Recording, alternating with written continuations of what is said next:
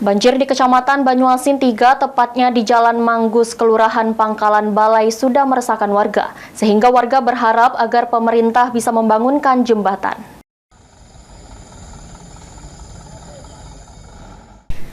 Banjir setinggi pinggang orang dewasa meresahkan warga Jalan Manggus, Kelurahan Pangkalan Balai, Banyuasin. Hingga dengan kondisi ini, warga terpaksa menggunakan perahu untuk melintasi jalan yang terendam. Sementara untuk kendaraan roda 2 dinaikkan perahu untuk menghindari mogok mesin. Salah seorang warga menyebut banjir tahun ini sebagai masalah serius yang mengganggu aktivitas. Warga berharap pemerintah segera mengambil langkah untuk mengatasi situasi ini.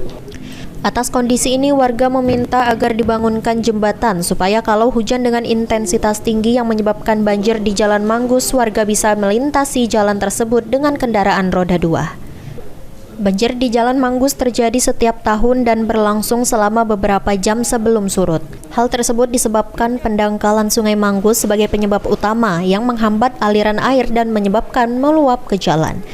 Meskipun telah dilakukan upaya penggerukan Sungai Manggus, namun belum mampu mengatasi banjir secara menyeluruh. Suryadi, PAL TV.